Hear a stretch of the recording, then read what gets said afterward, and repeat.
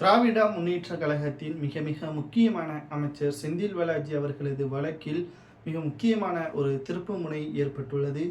திராவிட முன்னேற்றக் கழகத்தின் மிக முக்கியமான அமைச்சராக இருக்கக்கூடிய செந்தில் பாலாஜி அவர்கள் இதற்கு முன்னால் அதிமுகவில் அமைச்சராக பொறுப்பேற்றார்.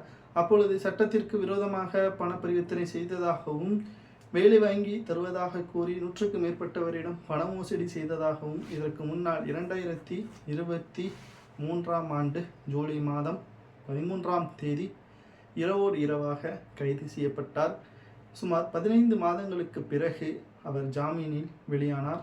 அதற்கு பிறகு அமைச்சர் பதவி மீண்டும் கொடுக்கப்பட்டது. அவர் சிறையில் அடைக்கப்பட்ட பிறகு 3வது மாதத்தில் தனது அமைச்சர் பதவியை ராஜினாமா செய்தார். அதனைத் தொடர்ந்து அமைச்சர் பதவியை ராஜினாமா செய்த போதும் கூட அவருக்கு ஜாமீன் வழங்கவில்லை. 15 மாதங்களுக்கு பிறகுதான் இந்த வழக்கானது செந்தில் பாலாஜிக்கு ஒரு மிக முக்கியமான ஆதரவாக ஜாமீன் வழங்கி நீதிமன்றம் உத்தரவை பிறப்பித்தது. பல்வேறு நிபந்தனைகளுடன் இந்த ஜாமீன் வெளியானது.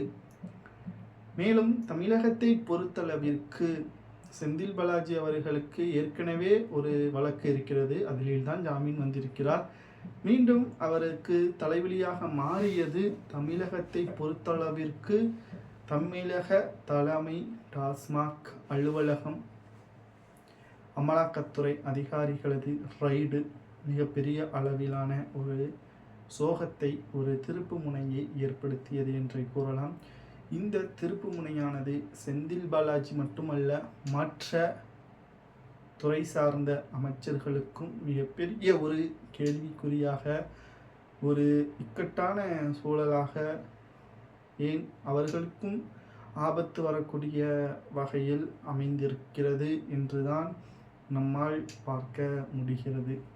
சரி, அது ஒரு பக்கம் இருந்தாலும் தமிழக மக்கள் செந்தில் பாலாஜி அவர்கள் அமைச்சராக பொறுப்பேற்க வேண்டும் என்றுதான் கூறுகிறார்கள் என்று திமுகவில் உள்ள நிர்வாகிகளும் ஒருதலை பட்சமாக செயல்படுகிறார்களாம்.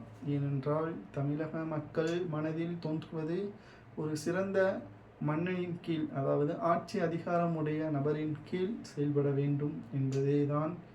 தற்பொழுது தற்காலிகமாக நிறுவனங்கள் அனைத்தும் செந்தில் பாலாஜி அவர்கள் பல்வேறு போலி நிறுவனங்களை வைத்ததாக பலரும் பேசி வருகிறார்கள். ஆனால் ஒரு பக்கம் விசாரணை நடைபெற்று கொண்டிருக்கிறது, மறுபக்கம் அமைச்சராக தொடர்ந்து கொண்டிருக்கிறார். நீதிமன்றம் சரியான தீர்ப்பை விரைவில் வெளியிடும். அதில் எந்த ஒரு மாற்று கருத்தும் கிடையாது. சொல்லப்போனால் திராவிட முன்னேற்றக் கழகத்தின் ஆட்சியே இன்னும் 12 மாதங்கள்தான். 12 மாதங்களுக்கு பிறகு செந்தில் பாலாஜியாக மீண்டும் அவர் போட்டியிட்டால் அவருக்கு கரூரில் வாய்ப்பு கிடைக்குமா என்று பார்த்தால் நிச்சயமாக கிடையாது. நீதிமன்றம் தற்பொழுது மதுபான வழக்கில் விசாரணையை திருப்பு முனையாக அமலாக்கத்துறைக்கு சாதகமாகவும் தமிழக அரசிற்கு பாதகமாகவும் மாற்றியிருக்கிறது.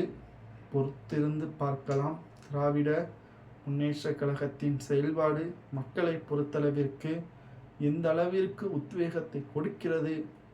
மிகவும் அபாயகரமான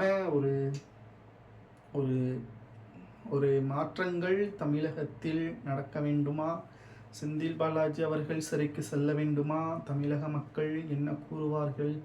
பொறுத்திருந்து பார்க்கலாம். உங்களது கருத்துக்களை கமெண்ட் வாயிலாக கூறுங்கள். தொடர்ந்து நமது சேனலுக்கு ஒரு சப்ஸ்கிரைப் மட்டும் பண்ணிருங்க.